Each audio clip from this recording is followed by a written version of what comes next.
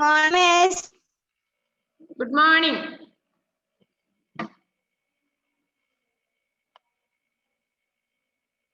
Ready ആണല്ലോ? നമ്മൾ കഴിഞ്ഞ ക്ലാസ്സിൽ സത്ഞയെ കുറിച്ചാണ് പറഞ്ഞത് അല്ലേ? പേജ് നമ്പർ 59 സത്ഞ അല്ലേ? സത്ഞ എന്നും പറയും, സംഖ്യ എന്നും പറയാറുണ്ട്. ഇനി സംഖ്യ എന്താണെന്ന് വിചാരിക്കരുത്. സത്ഞ രണ്ടു തരത്തിൽ വായിക്കാറുണ്ട്. സംഖ്യ എന്നും വായിക്കും, സത്ഞ എന്നും വായിക്കും. സത്ഞ എന്ന് പറഞ്ഞാൽ എന്താണ്? നൗൺ ആണ് അല്ലേ? നൗണിനെയാണ് നമ്മൾ സത്ഞ എന്ന് പറയുന്നത്. മലയാളത്തിൽ എന്ത് പറയും? നാമം. അപ്പൊ നമ്മള് നാമങ്ങൾ കുറച്ച് പഠിച്ചു. അതിൽ നിങ്ങൾക്ക് പ്രധാനമായിട്ടും 3 നാമങ്ങളാണ്. നാമങ്ങൾ 3 വിഭാഗമായിട്ടാണ് നിങ്ങൾക്ക് പഠിക്കാനുള്ളത്. നിങ്ങൾക്ക് പഠിക്കാനുള്ള 3 എണ്ണാണ്. ഇതൊക്കെയാണ് വ്യക്തിവാചക സജ്ഞ, ജാതിവാചക സജ്ഞ, ഭാവവാചക സജ്ഞ. അപ്പൊ നിങ്ങൾ അതിന്റെ ഇത് പഠിക്കുമ്പോഴേ എന്താണ് നാമം എന്ന് പഠിക്കുക. ഏതൊക്കെയാണ്? വ്യക്തിയുടെയോ വസ്തുവിന്റെയോ സ്ഥലത്തിന്റെയോ ഭാവത്തിന്റെയോ പേരിനെ കുറിക്കുന്ന ശബ്ദമാണ് सज्ञा। किसी व्यक्ति वस्तु स्थान या भाव के नाम को सज्ञा कहते हैं. അതിലെ വ്യക്തികളുടെയും സ്ഥലങ്ങളുടെയൊക്കെ പേര് ഏതിൽ വന്നു? Good morning Hari. Good morning miss. Good morning. അതിലെ എന്താ പറയണ്ടേ? വ്യക്തികളുടെയും സ്ഥലങ്ങളുടെയും പേര് വ്യക്തിവാചക സജ്ഞയിൽ വന്നു. മൃഗങ്ങള്, പക്ഷികള്, വസ്തുക്കൾ, ഇവിടെയൊക്കെ പേരുകൾ ഏതിൽ വന്നു? ജാതിവാചക സജ്ഞയിൽ വന്നു. ഇതിൽ ഈ വ്യക്തിവാചക സജ്ഞയിലും ജാതിവാചകയിലും പെടാത്ത ശബ്ദങ്ങളാണ്, വാക്കുകളാണ് ഏതിൽ പെടുക? ഭാവവാചക സജ്ഞ. അതിന് എക്സാമ്പിൾ നിങ്ങൾക്ക് ഗരീബി തന്നിട്ടുണ്ടായിരുന്നു അല്ലെ? ഗരീബി എന്ന് പറഞ്ഞാൽ ദാരിദ്ര്യം. ദാരിദ്ര്യം എന്ന് പറഞ്ഞാൽ ഒരു വ്യക്തിയല്ല, വസ്തുവല്ല അല്ലെ? ഒരു പക്ഷിയല്ല, ഒരു മൃഗം ഒന്നുമല്ല. അപ്പൊ ഇതിലൊന്നും പെടാത്തവയാണ് ഏതിൽ പെടുക എന്ന് പറഞ്ഞത്? ഭാവവാചക സജ്ഞയില്. അപ്പൊ ഈ ഗരീബി എന്ന് പറഞ്ഞത് എന്താണ്? ഭാവവാചക സജ്ഞയ്ക്ക് ഉദാഹരണമാണ്. അതുപോലെ തന്നെ മിഠായി, മിഠാസ്, മിഠായി, മിഠാസ് മധുരമുള്ള എന്നുള്ള വേറൊരു ഉദാഹരണം. കഡ്ഡീം, കൈപ്പുള്ള, മിഠാസ് ഇതൊക്കെ ഏതിലേ വരുള്ളൂ? ഭാവവാചക സജ്ഞയിലേ വരുള്ളൂ. അതുപോലെ വേറൊരു എക്സാമ്പിള് ലഡായി. ലഡായി എന്ന് പറഞ്ഞാൽ എന്താണ്? യുദ്ധം. ലഡായി എന്ന് പറഞ്ഞാൽ എന്താ മീനിങ്? വാർ, യുദ്ധം അല്ലെ? അപ്പൊ ലഡായി എന്ന് പറയുമ്പോ അത് വ്യക്തിവാചക സജ്ഞയിൽ വരില്ല, ജാതിവാചക സജ്ഞയിലും വരാറില്ല അല്ലെ? അപ്പൊ ഇതിലൊന്നും വരാത്തോണ്ട് അത് എവിടെ പെടുകയുള്ളൂ? ഭാവവാചക സജ്ഞയിൽ. കേട്ടല്ലോ? അങ്ങനെയാണ് അത് സജ്ഞ തിരിച്ചെഴുതേണ്ടത്. അപ്പൊ നിങ്ങൾ കാര്യമായിട്ട് പഠിക്കേണ്ടത് ഏതാണ്? വ്യക്തിവാചക സജ്ഞ പഠിച്ചു വെക്കുക. വ്യക്തിവാചക സജ്ഞ എന്നാൽ വ്യക്തികളുടെയും, നിങ്ങൾക്ക് തന്ന ആൻസർ അതായത് ക്വസ്റ്റ്യനിലെ വ്യക്തികളുടെയും സ്ഥലങ്ങളുടെയും പേരുണ്ടെങ്കിൽ അത് എവിടെ ചേർക്കണം എന്ന് പറഞ്ഞു? വ്യക്തിവാചക സജ്ഞയില്. ഒരു സെന്റൻസ് വന്നിട്ട് അതിൽ നിന്നാണ് നിങ്ങൾ വ്യക്തിവാചക സജ്ഞയ്ക്ക് ഉദാഹരണം എഴുതേണ്ടതെങ്കിൽ അതിൽ വ്യക്തിയുടെ പേരോ സ്ഥലത്തിന്റെ പേരോ ഉണ്ടോ നോക്കുക. എന്നിട്ട് അതാണ് എടുത്തത്. കേട്ടല്ലോ? അപ്പൊ നമ്മൾ വ്യക്തിവാചക, ജാതിവാചകം, അങ്ങനെ ഭാവവാചകം 3 എണ്ണം ബോക്സ് വരച്ച് എഴുതാൻ വേണ്ടി പറഞ്ഞു അല്ലെ? Next page number 60.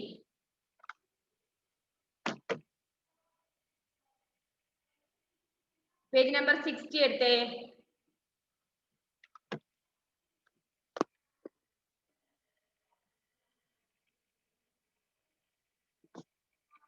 നിമ്നലിഖിത സജ്ഞാ ശബ്ദവും സേ വാക്യ ബനായി. ഇത് പറയുന്നതിനിടയിലാണ് സംശയം. ജസ്റ്റിസ് ഞാൻ ദോഹയുടെ ഇത് പറഞ്ഞത് ഒന്ന് വിട്ടുപോയില്ലേ? ഞാൻ നോട്ട് വന്നത് ഒന്ന് തന്നില്ലേ നോട്ട്? ദോഹയുടെ 2 ദോഹ എക്സ്ട്രാ ദോഹ തന്നിട്ട് നിങ്ങൾക്ക് എഴുതാനുണ്ടായില്ലേ? അതിൽ ഒന്നല്ലേ മിസ് തന്നല്ലോ? ഓക്കെ. അപ്പൊ ഇവിടെ നോക്കുക, നിമ്നലിഖിത സജ്ഞാ ശബ്ദം സേ വാക്യ ബനായി. താഴെ കൊടുത്തിരിക്കുന്ന നൗൺ സജ്ഞാ ശബ്ദങ്ങൾ ചേർത്തിട്ട് സെന്റൻസ് ഉണ്ടാക്കണം. അപ്പൊ നിങ്ങൾ പഠിപ്പിച്ച ഭാഗത്ത് അങ്ങനെയല്ല, നിങ്ങൾക്ക് എക്സ്ട്രാ ആണ് തന്നിരിക്കുന്നത് ക്വസ്റ്റ്യൻ. കണ്ടോ നിങ്ങള്? ഇത് ഗ്രാമർ ഭാഗമാണ്, ഇത് പാഠഭാഗത്ത് എടുത്തതാണെന്നല്ല. അർജുൻ എന്താണ് ചെവിയിലെല്ലാം കുത്തിവെക്കുന്നത്? അതില് നോക്കുക, ഒന്ന് കാൺപൂർ. കാൺപൂർ എന്ന സ്ഥലത്തിന്റെ പേരാണ് അല്ലെ? കാൺപൂർ. ഹവായി ജഹാസ്. ഹവായി ജഹാസ് എന്താണ്? എയ്റോപ്ലെയിൻ അല്ലേ? ഹവായി ജഹാസ്. വിമാനത്തിന് നമ്മൾ ഹവായി ജഹാസ് എന്ന് പറഞ്ഞത്. അതുപോലെ നെക്സ്റ്റ് കുത്തബ് മിനാർ, അതുപോലെ ബച്പൻ, ബഗീച്ച, ലഡ്ക, റെയിൽഗാഡി, സുന്ദർദ. പേജ് നമ്പർ 60 ആണ് എടുക്കുന്നത് ആരോമലെ, പേജ് നമ്പർ 60. അപ്പൊ നോക്കുക, കാൺപൂർ എന്ന സ്ഥലത്തിന്റെ പേരാണ്. എന്താണ് മോനെ? കുത്തബ് മിനാർ. കുത്തബ് മിനാർ, കുത്തബ് മിനാർ എന്ന് പറഞ്ഞാൽ നമ്മള് എന്താണ്, കോട്ട. അപ്പൊ അത് അപ്പൊ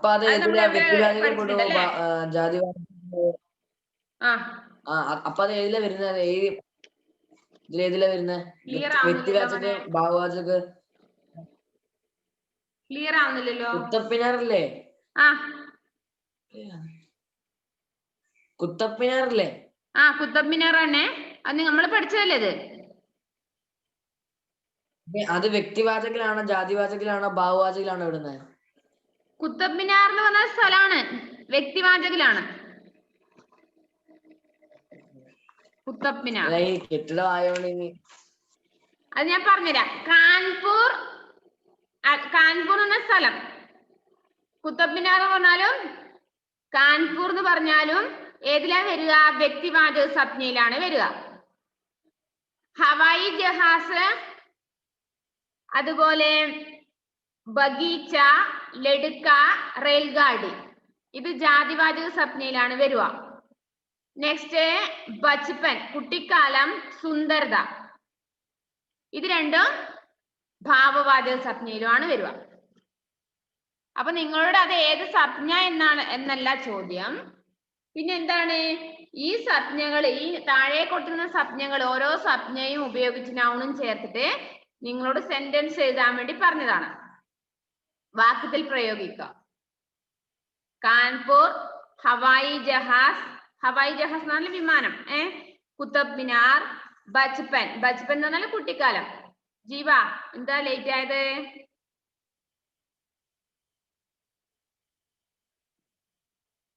നെക്സ്റ്റ് ബഗീച്ച, ബഗീച്ച പറഞ്ഞാല് പൂന്തോട്ടം, ഗാർഡൻ. ലഡ്ക ബോയ്, ആൺകുട്ടി. റെയിൽഗാഡി ട്രെയിൻ. സുന്ദർദ പറഞ്ഞാല് സൗന്ദര്യം. പേജ് നമ്പർ 60 ആണ് പറയുന്നത് മക്കളെ, ലേറ്റ് ആയിട്ട് വന്നവര്. പേജ് നമ്പർ 60 നോക്കുക.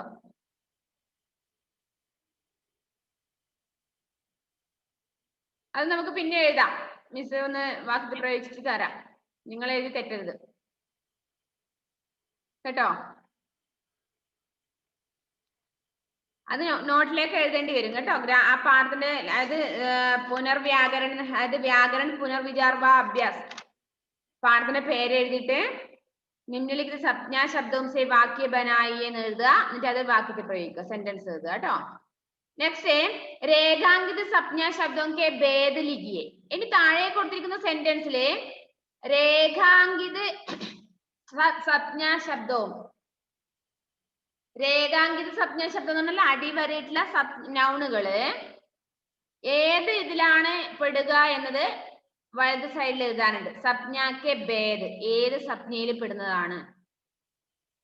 ഓരോ സെന്റൻസ്, ഓരോ വാക്കിന്റെയും അടിയില് അടയാളപ്പെടുത്തിയിട്ടുണ്ട്, കണ്ടല്ലോ, അടിവരയിട്ട് കണ്ടല്ലോ.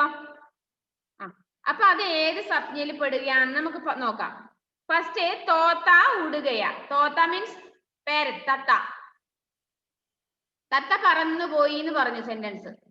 തത്ത എന്നുള്ള ശബ്ദം ഏത് സംജ്ഞയിലാ പെടുക? വ്യക്തിവാചകിലാണോ, ജാതിവാചകിലാണോ, ഭാവവാചകിലാണോ? ആർക്കും പറയാൻ പറ്റുമോ? ജാതിവാചക. Very good. അപ്പൊ പക്ഷികള്, മൃഗങ്ങൾ, ഇതൊക്കെ ജാതിവാചകിലാ വരിക. ഒരു സമൂഹം, ഒരു ജാതി അതിനെ കുറിക്കുന്നതുകൊണ്ട് തോത്ത എന്നുള്ളത് ഫസ്റ്റ് ഏതിലാ വരിക? ജാതിവാചക സംജ്ഞയിലാണ് വരിക.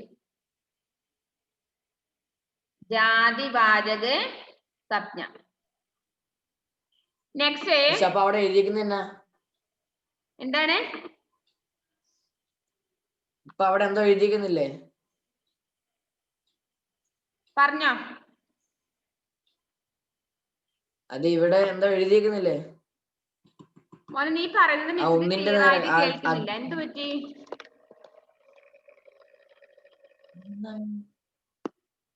ആദ്യത്തിന് നേരെ എന്തോ എഴുതാനുള്ള സ്ഥലത്ത് എന്തോ എഴുതിയിട്ടില്ലെന്ന്. ഒന്നുകൂടി പറഞ്ഞോക്കേ.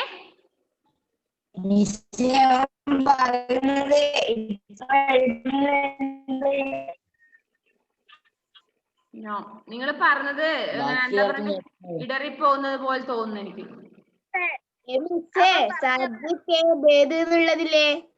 സപ്ന കെ ഭേദ്, സപ്ന കെ ഭേദ് അത് എന്താ അന്ന് ചോദിക്കുന്നു. ക്ലിയർ ആയില്ല മോനെ. എനിക്കിനി ഹെഡ്സെറ്റ് ഇതില്ലാത്തോണ്ടാണോ അറിയില്ല, നിങ്ങൾ പറഞ്ഞത് ക്ലിയർ ആയിട്ട് കേൾക്കുന്നില്ല. എന്താണ് ഒന്നുകൂടി പറഞ്ഞേ. സപ്നക്കെ ഭേദ് എന്ന് പറഞ്ഞാല് സപ്ന ഏത് സപ്നയിലേക്കാണ് എഴുതേണ്ടത്? സപ്നയുടെ പേര് എഴുതാൻ. ഹെഡിങ് ആണല്ലേ? ഞാൻ പെട്ടെന്ന് അതിന്റെ താഴെ എഴുതിയേക്കുന്ന വിചാരിച്ചോണ്ടിരുന്ന. അല്ലല്ല, എന്താണ് അതായത് നിങ്ങൾക്ക് തന്ന സെന്റൻസില് അടിവരയിട്ടുള്ള വാക്ക് ഏത് സപ്നയിലെ സപ്നയുടെ ഭേദമാക്കി തിരിച്ചെഴുതാൻ. അതായത് വ്യക്തിവാചകമാണെങ്കിൽ വ്യക്തിവാചക സപ്ന എന്ന് എഴുതുക, ജാതിവാചകമാണെങ്കിൽ ജാതിവാചകം എന്ന് എഴുതുക, ഭാവവാചകമാണെങ്കിൽ ഭാവവാചക സപ്ന എന്ന്. അടിവരയിട്ടുള്ള വാക്ക് ഏതാണെന്നാണ് നമുക്ക് എഴുതേണ്ടത്. ക്ലിയർ ആയോ മോനെ? ഓക്കെ. അപ്പൊ നമുക്ക് ഇവിടെ തോത്താന്നുള്ളത് നമുക്ക് അണ്ടർലൈൻ ചെയ്തിരിക്കുന്നത് തോത്താന്നാണ്.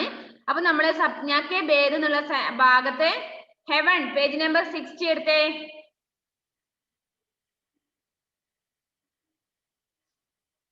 അപ്പൊ പിന്നെ സപ്നക്കെ ഭേദ് എന്നുള്ള അവിടെ എന്താണ് ചേർക്കേണ്ടത്? നമ്മള് തോത്താന്നുള്ളത് നേരെ ആ സെന്റൻസ് നേരെ ജാതിവാചക് എന്ന് എഴുതുക. ജാതിവാചക്. നെക്സ്റ്റ്, हम भारत के निवासी हो है. हम भारत के निवासी है. भारत, ഇന്ത്യ. വ്യക്തിവാചക്. Yes, very good. അത് എതിലെ വരുവാ? വ്യക്തിവാചകര്. വ്യക്തിവാചകിൽ ഓർമ്മിക്കണം, സ്ഥലങ്ങളുടെ പേരും വ്യക്തികളുടെ പേരുമാണ് വ്യക്തിവാചക സപ്നയിൽ വരിക. അപ്പൊ അവിടെ അതിന് നേരെ എഴുതേണ്ടത് എന്താണ്? വ്യക്തിവാചക്. നെക്സ്റ്റ്, ഏക മേരി സൈക്കിൾ ഹേ. ഇത് എന്റെ സൈക്കിൾ ആണ്. സൈക്കിൾ.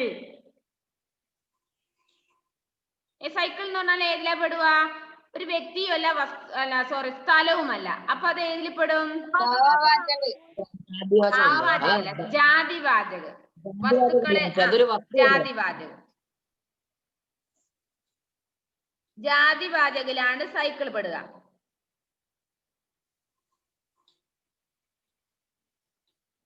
ജാതിവാചക സപ്ന. നെക്സ്റ്റ്, ഹമേ ബഡോं का ആദർ करना चाहिए. നമ്മളെ മുതിർന്നവരെ എന്ത് ചെയ്യണം? ആദരിക്കണം, ബഹുമാനിക്കണം.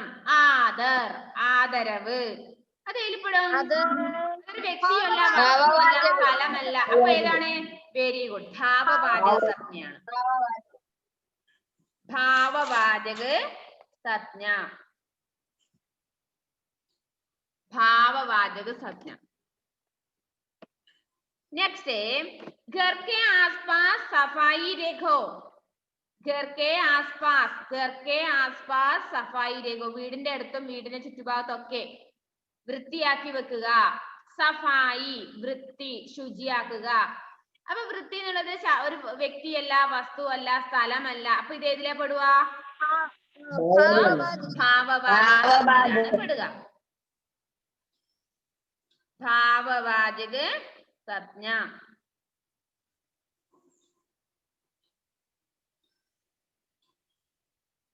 नेक्स्ट है, बच्चे कक्षा में शोर कर रहे हैं. बच्चे कक्षा में शोर कर रहे हैं. कक्षा, क्लास. ജാതിവാചക്. ഏതിലാ പെടുവാ? ജാതിവാചക്. സംശയം തീർത്തിയൊന്നും എല്ലാവരും വ്യക്തിയാണോ വസ്തുവാണോ? അല്ല, വ്യക്തിയാണോ സ്ഥലമാണോ? വ്യക്തിവാചക സപ്നയല്ല. എന്താണ്? ഏതിലാണ്? വ്യക്തിവാചക സപ്ന എന്ന് പറഞ്ഞവർ ആരെങ്കിലും ഉണ്ടോ? ഒന്ന് തമ്പ് കാണിച്ചേ. വ്യക്തിവാചക സപ്നയിലാണോ പെടുക? അതെയോ ഹെവണേ? കക്ഷ പറഞ്ഞാല് ക്ലാസ് റൂം.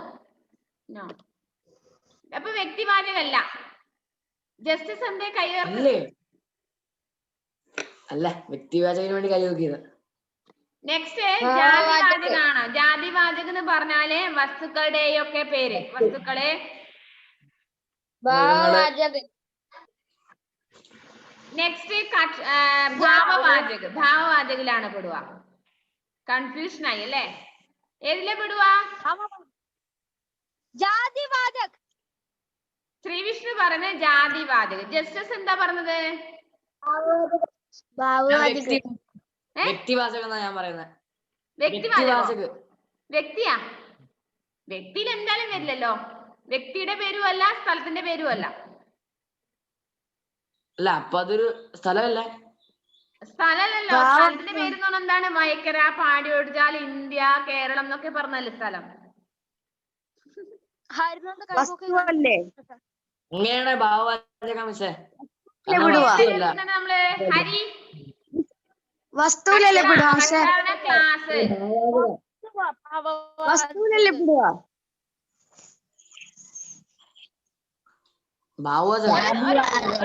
ഒരു ജാതിയിൽ പെടുന്നത്. അപ്പൊ നമുക്ക് എന്തെങ്കിലും ചേർക്കാം? ജാതിവാചക സംജ്ഞയിലാണ് കക്ഷ ചേർക്കേണ്ടത്.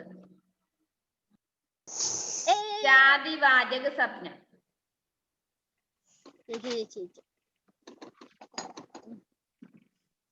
അപ്പൊ ഒന്നുകൂടി പറഞ്ഞുതരാം. ഫസ്റ്റ് തോത്ത ജാതിവാചക സംജ്ഞയില്, സെക്കൻഡ് വൺ ഭാരത് വ്യക്തിവാചക്, സൈക്കിൾ ജാതിവാചക്, ആധാർ ഭാവവാചക്, സഫായി ഭാവവാചക്, കക്ഷ ജാതിവാചക്. വ്യക്തിവാചകം നിങ്ങൾ ക്ലിയർ ആക്കി പഠിച്ചു നോക്കണേ.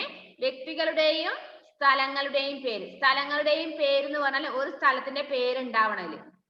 പയ്യന്നൂർ, ചെറുപുഴ, വയക്കര, അല്ലെങ്കിൽ ചെന്നൈ, മദ്രാസ്, അല്ലെങ്കിൽ തിമിരി, അങ്ങനെ സ്ഥലങ്ങളുടെ പേരുണ്ടെങ്കിൽ മാത്രം, അല്ലെങ്കിൽ വ്യക്തികളുടെ പേര് എടുത്തു പറഞ്ഞിട്ടുണ്ടെങ്കിൽ മാത്രമേ അത് ഏതിൽ പെടുകയുള്ളൂ? വ്യക്തിവാചക സംജ്ഞയില് പെടുകയുള്ളൂ എന്ന് ഓർമ്മിച്ചു വെക്കുക. ഓക്കെ. നെക്സ്റ്റ് സെന്റൻസ് തന്നിട്ടുണ്ട്, നോക്കാം. പേജ് നമ്പർ 60-ലെ 4th ക്വസ്റ്റ്യൻ ആണ് പറഞ്ഞത്. Page number 60. ഹലീമ തണുത്ത് വിറക്കുകയാണ് അവിടെ ഇരുന്നിട്ട്. എന്താ ഹലീമ? കുറച്ച് തണുപ്പൊക്കെ കൊള്ളുന്നത് നല്ലതാ. ഓക്കെ, നോക്ക് 4th क्वेश्चन. नीचे दिए गए वाक्यों में व्यक्तिवाचक, जातिवाचक तथा भाववाचक संज्ञा शब्द छांट कर लिखिए. താഴെ സെന്റൻസ് കൊടുത്തിട്ടുണ്ട്. ആ സെന്റൻസിൽ നിന്നും വ്യക്തിവാചക സംജ്ഞയ്ക്ക് ഉദാഹരണം ഉണ്ടെങ്കിൽ അത്, ജാതിവാചക സംജ്ഞയ്ക്ക് ഉദാഹരണം ഉണ്ടെങ്കിൽ അത്, ഭാവവാചക സംജ്ഞയ്ക്ക് ഉദാഹരണം ഉണ്ടെങ്കിൽ അത്. മിസ് ഭാവവാചകം ഇപ്പോഴും മനസ്സിലായിട്ടില്ല എനിക്ക്. നമ്മൾ കഴിഞ്ഞ ക്ലാസ്സിൽ പഠിച്ചില്ലടാ. വ്യക്തികളുടെയും വസ്തുക്കളുടെയും സ്ഥലങ്ങളുടെയും ഒക്കെ പേരൊഴികെ ബാക്കി വരുന്ന വാക്കുകളെല്ലാം ഭാവവാചക സംജ്ഞയാണ്. ലഡായി യുദ്ധം, ആദർ ആദരവ്, മിഠായി മിഠാസ്, കഡ്ബീം, ഇങ്ങനെയുള്ള വാക്കുകളാണ് ഭാവവാചക സംജ്ഞയിൽ വരിക. അപ്പൊ ഇവിടെ ഫസ്റ്റ് സെന്റൻസ് എന്താണ്? भारती में गुणों आत्मविश्वास और मेहनत की कमी नहीं है. भारती में गुणों आत्मविश्वास और मेहनत की कमी नहीं है. ഭാവവാചകല്ലേ? പോരാണെന്നാണോ മിസ്റ്റർ? ഭാവവാചകല്ലേ? ഭാവവാചകം എന്തെന്ന് ഭാവവാചക? സെന്റൻസ് പറഞ്ഞു. അതിൽ ഏത് വേർഡാണ് ഭാവവാചകം, അല്ലെങ്കിൽ ഏത് വേർഡാണ് വ്യക്തിവാചകം എന്ന് പറഞ്ഞേ? പറഞ്ഞ വാക്ക് ഭാവവാചകല്ലേ? പണിയെടുക്കാന്നല്ലേ അർത്ഥം? ഭാരതി വ്യക്തിവാചക്. ഓക്കെ, ഭാരതി വ്യക്തിവാചക്. പിന്നെ മെഹനത്ത് ഭാവവാചക്. ഓക്കെ. ആത്മവിശ്വാസോ? ആത്മവിശ്വാസം അപ്പൊ അവിടെ വ്യക്തിവാചക നിലയെടുക്കാൻ എന്ത് വേണം? ഭാരതി എന്ന് എഴുതി വെക്കുക. ജാതിവാചകിൽ ഒന്നുമില്ല അല്ലെ. ഭാവവാചകില് ആത്മവിശ്വാസ് കോമേറ്റിട്ട് എഴുതുക മെഹനത്ത്.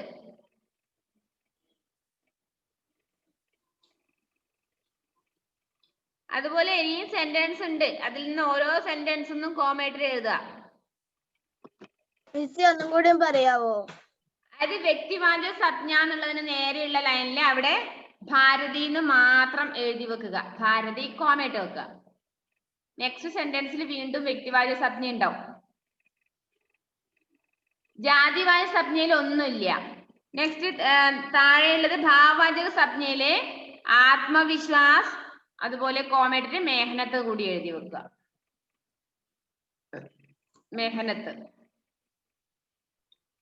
എന്താണ് ഹലീമ, ഉറക്കപ്പിച്ചാണോ? ഉറക്കത്തിനല്ല ഇങ്ങനെ ഈ എന്താ പറയണ്ടേ, അങ്ങനെ എഴുന്നേറ്റ് ഇങ്ങനെ ഇരിക്കുന്നത് പോലെ ഉണ്ടല്ലോ കളിക്കുന്ന അവിടുന്ന്. सेकंड क्वेश्चन, दिल्ली का लाल किला और आगरे का ताजमहल देखने योग्य है. दिल्ली का लाल किला, आगरे का ताजमहल देखने योग्य है. इसे दिल्ली व्यक्तिवाचक. അതുപോലെ ആഗ്രയും. ദില്ലി കോമേറ്റിന് ആഗ്ര, ഇത് രണ്ടും ഏതിലാണ്? വ്യക്തിവാചക സംജ്ഞയ്ക്ക് നേരെ എഴുതുക. താജ്മഹൽ, ലാൽ കില അതുപോലെ താജ്മഹല് ജാതിവാചക സംജ്ഞയില്.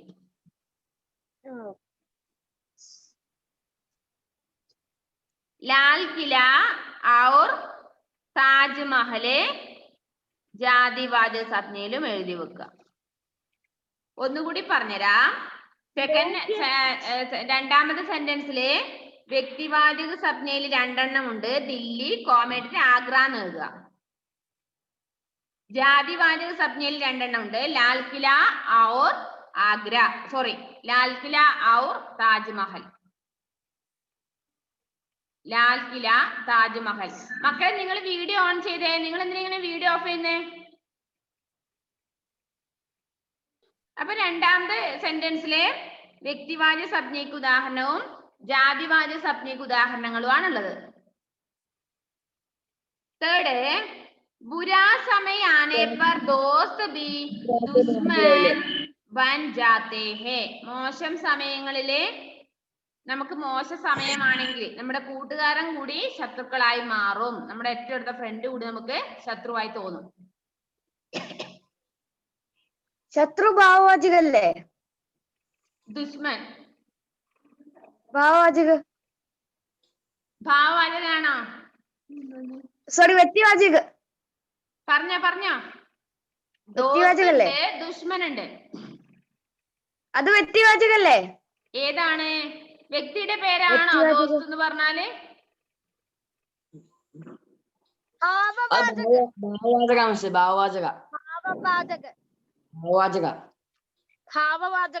നിങ്ങള് ഡൗട്ട് ക്ലിയർ ആക്കിട്ട് പോണേ. എന്താണ് വ്യക്തിവാചകം? ഞാൻ എത്രയോ പ്രാവശ്യം പറഞ്ഞു, വ്യക്തിയുടെ പേരോ അല്ലെങ്കിൽ സ്ഥലങ്ങളുടെ പേരോ നിർബന്ധമായും വേണം.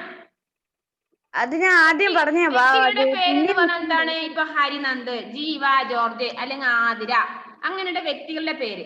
അല്ലെങ്കിൽ സ്ഥലങ്ങളുടെ പേര് ഞാൻ നേരത്തെ പറഞ്ഞു, എന്ത് പാടിയോട്ജാൽ, അതുപോലെ തിമിരി, ചെറുപാറ, ഇങ്ങനെ സ്ഥലങ്ങളുടെ പേര് എടുത്തു പറഞ്ഞിട്ടുണ്ടെങ്കിൽ മാത്രമേ അത് വ്യക്തിവാചകിൽ വരില്ലോ. ഇവിടെ ദോസ്തും ദുഷ്മനുമാണ്. ദോസ്ത് ഏതിലാ വരുവാ? ഭാവവാചക. ഹരിക്കൊന്നും പറയാനില്ല. ജീവ അവരിങ്ങനെ പറഞ്ഞോട്ടെ, ഞങ്ങൾ ഇവിടെ ഇരുന്ന് എഴുതാന്നല്ലേ. ജീവ ഒന്നും പറഞ്ഞ, ജീവ കുറച്ച് ഉഷാറട്ടെ. ഇങ്ങനെ മിണ്ടാതിരുന്ന ശരിയാവില്ല. പറഞ്ഞേ വായ തുറന്ന് പറഞ്ഞേ.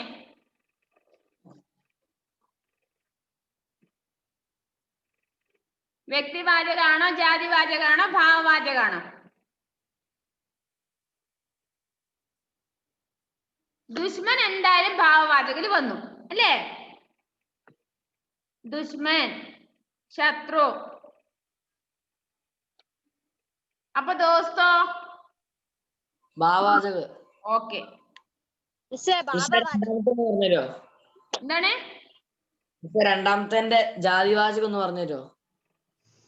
രണ്ടാമത്തെ സെന്റൻസിൽ ജാതിവാചക Lal കിലയും താജ്മഹലും.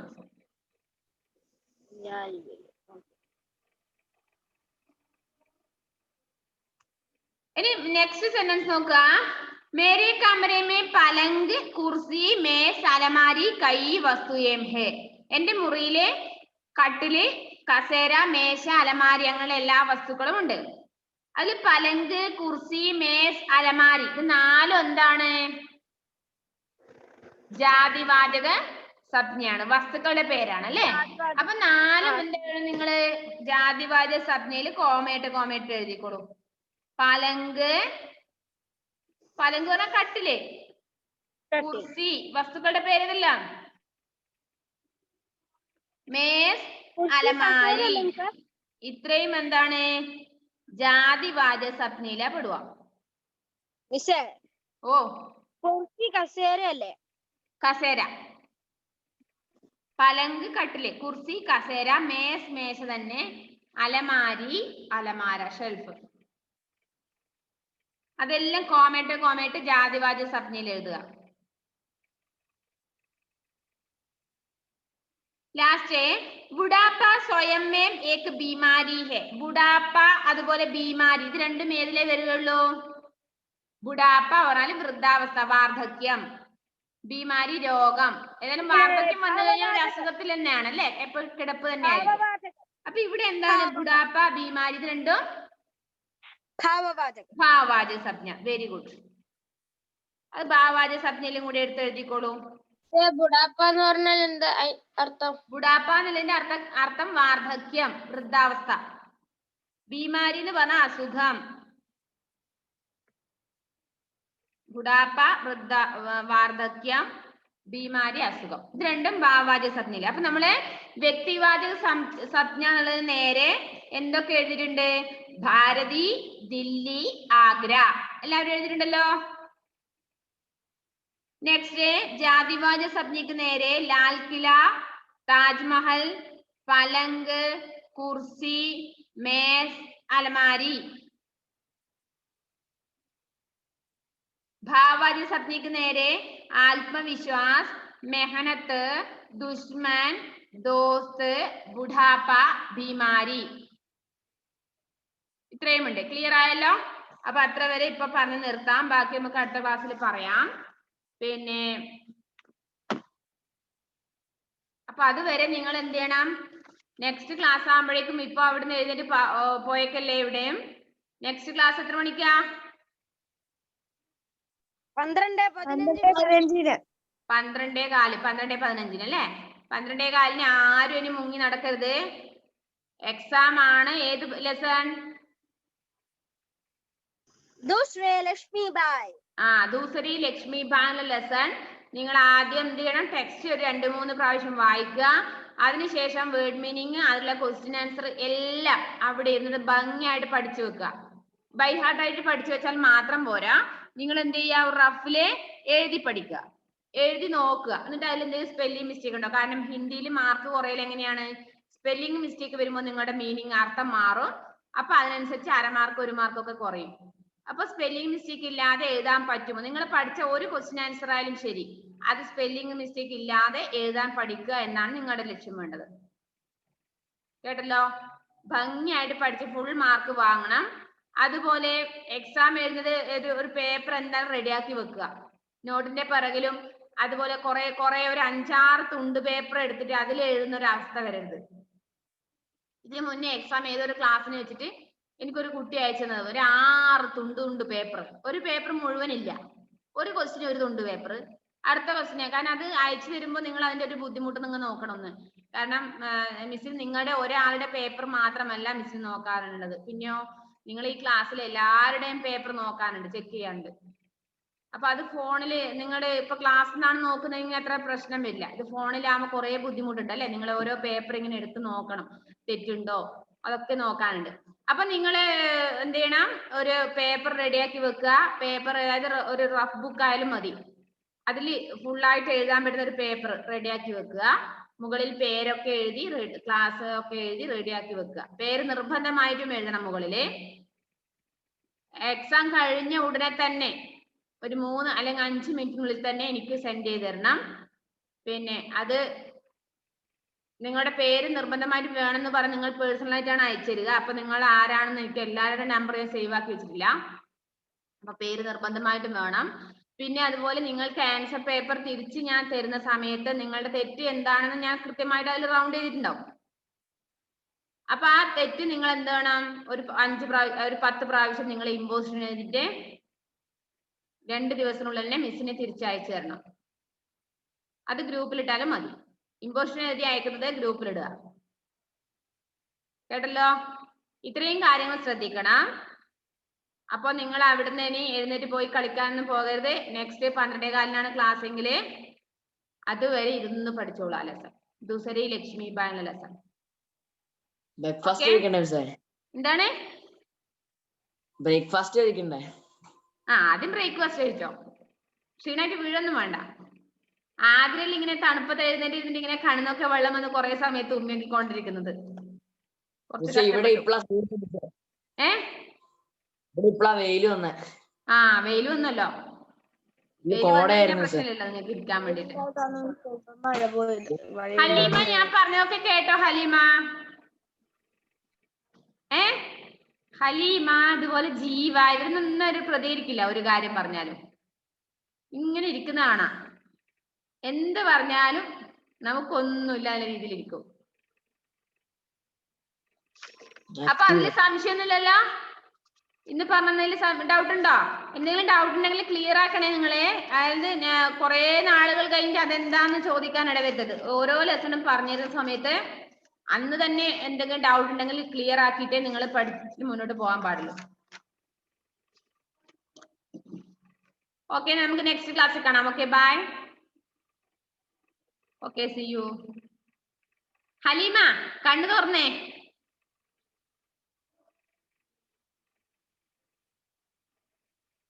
Okay, bye. Next class കാണാം. നന്നായിട്ട് പഠിച്ചോളൂ.